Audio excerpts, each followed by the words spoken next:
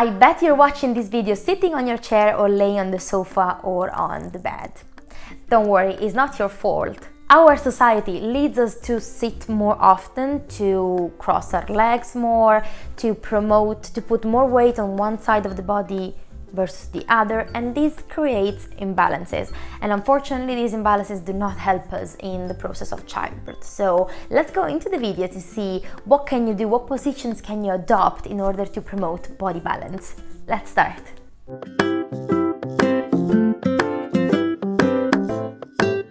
Hello and welcome back to my channel. If you're new here, my name is Ilenia and I've been a midwife for the past 6+ years, helping women during their labor, pregnancy, birth, breastfeeding journey, postpartum journey. I currently live and work in the United Kingdom.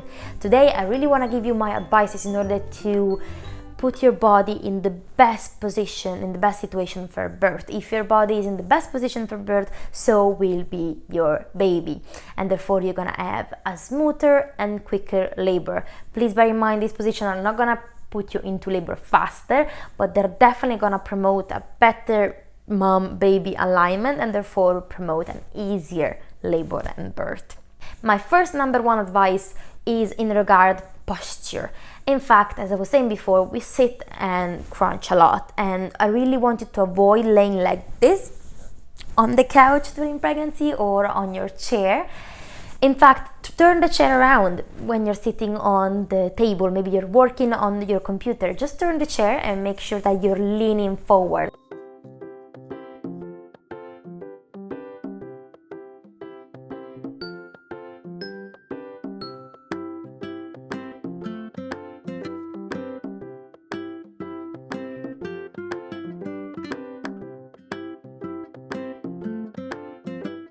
In fact, imagine having someone really pulling from your head up in order to align your spine, and leaning forward really promotes your baby to turn in the occiput anterior position. That is the best position for labor and birth. If you are laying like that in the couch or on the chair, then your baby is really gonna find your spine in this position like a C, and therefore he or she is gonna turn their spine onto your spine, therefore causing the occiput posterior baby. That really can cause back labor and can be quite complex to solve during labor. Now don't worry, a baby that is in that position at the beginning of the labor can still be turned during labor, but it is absolutely better to have a baby turn in the occiput anterior position even before labor, and you can do so by adopting upright, leaning forward position.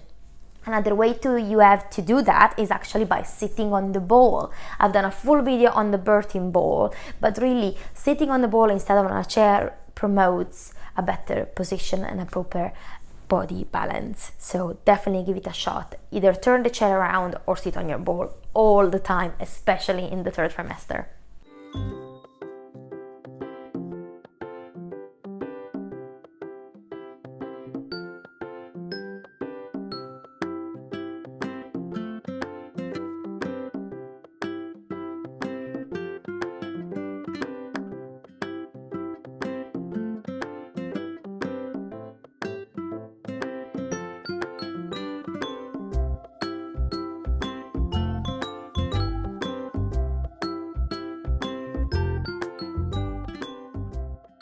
The next two tips I'm gonna give you involve two exercises that are not very hard, but I want you to make sure that you can do them during pregnancy. So please ask your provider if you can do them. You have to avoid them if you have a low-lying placenta or a breech baby, or even simply hemorrhoids or symphysis pubic dysfunction, because they're going to be quite uncomfortable, if not dangerous. Why you have to avoid them if you have a breech baby is because these exercises are going to actually promote baby engagement, and we don't want to engage a baby that is breech if they still have time to turn into a cephalic position. So my first advice is actually to squat during pregnancy as much as you can. Now you're gonna be like, oh my god, I cannot squat during pregnancy. I don't want you to do the up and down 100 squats that you do when you are at the gym. I want you to do a deep set squat where your feet are pointing outside, and stay in that position with your bum nearly touching the floor as much as you can. You are gonna ask me, when can you do it? How long can you do it? My answer is anytime when you want. You can start at day one of your pregnancy. In fact, this exercise really just promotes your strength, your flexibility, your mobility, really helps you to relax your muscles and to stretch the fibers and the nerves and the muscle in order for you to have the pelvic area much more ready and prepared and flexible for labor.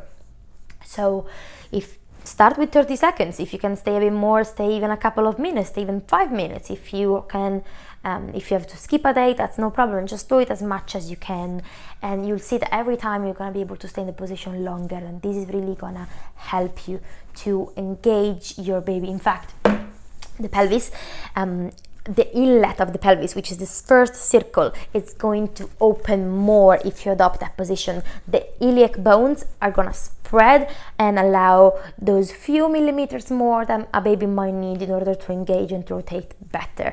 So definitely squat as there is no tomorrow.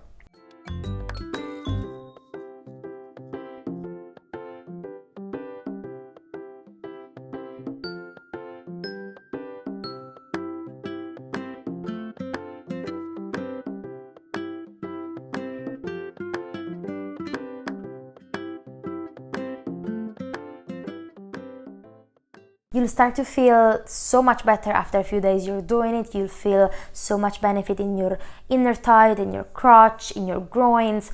It's really good to promote flexibility and stretching in a nice and safe way. Another great way to promote upright and leaning forward positions and in order to help baby to engage and rotate is by doing some lunges. And as for the squat, I don't want you to lounge 100 times.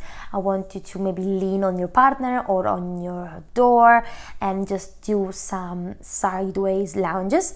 This is because in the medium level of the pelvis you have these two bones that are called the spines, that are two prominent bones that can really bother baby, if you allow me, to prevent him or her to rotate better. So therefore, putting your pelvis in this asymmetrical unilateral position can really help baby to engage and rotate better.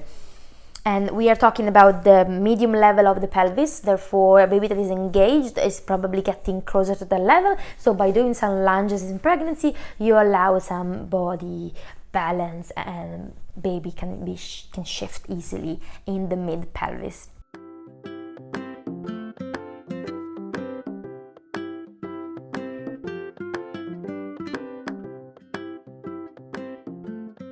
Also, lounging is great again for stretching. For example, if you lounge on the floor nice and gently, always have someone close by you, or you can lean on someone. You really stretch the psoas muscle. That is the muscle that one of the muscles that keeps the uterus in place, and therefore by having this muscle nice and stretched and relaxed allows the uterus to have more room, and therefore the baby inside the uterus to be able to rotate better and to move better. The psoas is really one of underestimated muscles that is involved in body balance and aligning your baby with your body.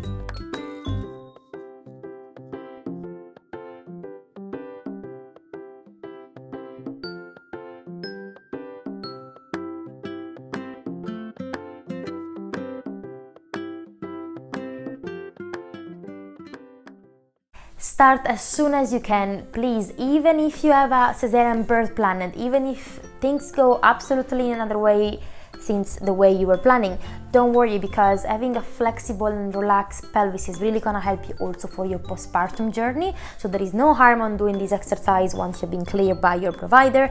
Please do them as much as you can and start as soon as you can. You'll see so much benefit and improvement even from the day that you start doing them. So if you have not done so already, please make sure to subscribe to the channel, and I'll see you next video. Bye bye.